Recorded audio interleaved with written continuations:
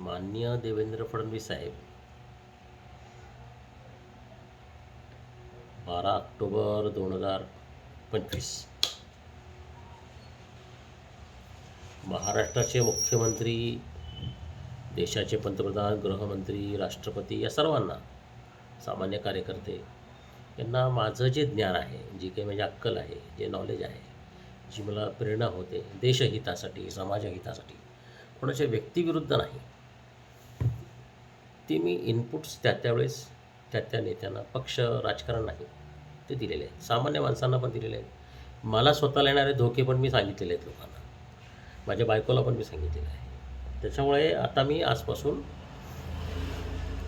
काही गोष्टी तुम्हाला मी सांगणार आहे, ज्या तुमच्या हितासाठी आहेत, महाराष्ट्राच्या हितासाठी आहेत, आणि काही सामान्य लोक आहेत की ज्यांच्या जीवाला धोका आहे. आणि हे इशारे नाही आहेत, कॉशन नाही आहे, हे फोरकास्ट आहेत, असेसमेंट आहेत. आता कसं असतं, सरकारमध्ये एक कमिटी असते, थ्रेट असेसमेंट, कोणाला संरक्षण द्यायचं, कोणाला नाही द्यायचं. पण हे ना खूप मर्यादा यायला, आता खूप जग बदललं आहे. इन्फॉर्मेशन, इंट्युशन, खूप गोष्टी आता यायला पाहिजे. दुर्दैवाने आपल्या देशातली सरकारी यंत्रणा खूप मागे आहे. FBI, मोसाद, चायनीज इंटेलिजन्स हे खूप वेगवेगळ्या टेक्निक्सचा उपयोग करतात आपल्या देशाची सुरक्षा व्यवस्था, नागरिकांची सुरक्षा होण्यासाठी. तुमचं काय झालं माहिती का, तुम्ही फक्त पोलीस स्टेशनचे रिपोर्ट, CIDचे रिपोर्ट, ह्यांना ना खूप मर्यादा आहे. ह्यांचे रिसोर्सेस खूप कमी झाले आहेत, खबरे कमी झाले आहेत. CCTV, मोबाईल कॉल रेकॉर्ड्स, ह्याला ना खूप अर्थ राहिलेला नाही आहे फडणवीस साहेब. तर मी तुम्हाला ना खूप इनपुट्स देणार आहे, जे जे माझ्याकडे येतात. आता काय होतं, 92 साली ना मी एकदा बांधकाम करतो होतो मनशक्ती केंद्रामध्ये. तर मला अचानक स्वामीजींनी बोललं की एक शिबिर मी घेतो आहे, वर्ग घेतो आहे, तुम्ही या. तर मी त्या वर्गाला बसलो आणि तुम्ही आश्रमात विचारू शकता ही गोष्ट. तर तिथे स्वामीजींनी काय सांगितलं की प्रत्येकाच्या जगामध्ये इन्फॉर्मेशन वाहत असते, प्रत्येकाच्या मेंदूमध्ये ती वेव्ज येतात. तर काही मेंदू ते डिकोड करू शकतात. आता तुम्ही जर FBI अमेरिकेत वगैरे बघितलं तर अशा लोकांचा उपयोग केला जातो. तोच एक सोर्स आहे असं नाही, हा एक अभ्यासाचा विषय. दुर्दैवाने काय झाले माहिती का, माझा राष्ट्रीय हितासाठी उपयोग फारसा केला गेला नाही, पण राजकीय नेत्याने त्यांच्यासाठी उपयोग माझा करून घेतला. हे दुर्दैव आहे. आणि ते मला त्याच्यात काही तक्रार नाही आहे.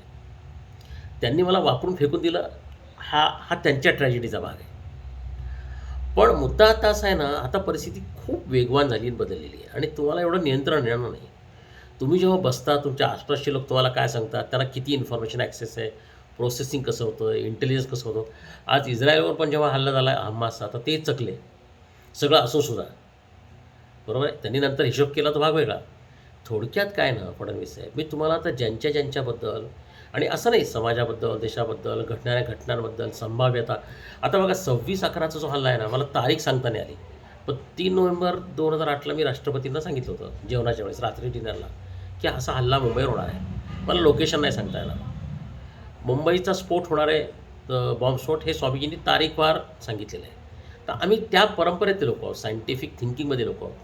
आणि अमेरिकेमध्ये, युरोपमध्ये ना, आता तुम्ही परदेशात जाता, मोठ्या लोकांना भेटता, पण तुम्ही हे लक्षात नाही घेतलं, त्यांची ताकद ना बिझनेस, धंदा, पैसा, राजकीय लोकांच्यात नाही आहे. त्यांची ताकद आहे संशोधन, अभ्यास, सूक्ष्म अभ्यास. आज संघाबद्दल, तुमच्याबद्दल ना जेवढा अभ्यास अमेरिकेत चालू आहे ना, तेवढा कुठे नाही आहे. हे तुमच्या लक्षात नाही राहिलं. सूक्ष्म अभ्यास ही सगळ्यात मोठी ताकद असते समाजाची, राजकीय नेत्यांची, समाजाची नेत्यांची. तर तुमचा प्रॉब्लेम आता झालेला आहे की महाराष्ट्राच्या प्रमुखपदी तुम्ही आलेला आहात आणि तुमची झापड लावलेली मानसिकता आहे, ती बदला तुम्ही. तुमच्या आसपासचे लोक तुम्हाला सांगत नाहीत, त्यांना कळत नाही, इन्फॉर्मेशन प्रोसेसिंग करण्याची पद्धत बरोबर नाही आहे, कळलं की नाही.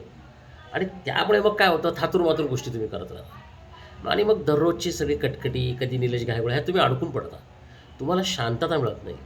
महाराष्ट्राच्या 30 वर्षामध्ये जे मुख्यमंत्री, गृहमंत्री झाले ना, कुणीही महाराष्ट्राच्या सुरक्षेवर गंभीर असा अभ्यास केलेला नाही. अमेरिकन सिनेटर्स वगैरे, मी तुलना नाही करत आहे, मी सांगतो तुम्हाला आधुनिक जग कसं आहे. त्यांच्याकडे जे लोक आहेत ना, असे सेमिनार्स घेतात एक्सपर्ट्स लोकांचे, अभ्यास करतात, चिंतन करतात. आपल्याकडे काय, कुठेतरी बॉम्बस्फोटाचा ईमेल आला हायकोर्टला की लगेच पळापळ, कुठेतरी काही धमकी दिली पळापळ, लगेच SIT स्थापन, लगेच चौकशी कमिटी, लगेच धाडी. आपलं सगळं ना असं वेंधळ आणि गोंधळ आहे, सगळा भोंगळा जमावाचा आहे. तसं नाही चालणार आता, कारण धोका फार मोठा आहे. तर मी तुम्हाला सांगत जाईन काही काही गोष्टी, त्याचा तुम्हाला उपयोग करायचा करा, नाही करायचा सोडू दे. काय फरक पडत नाही.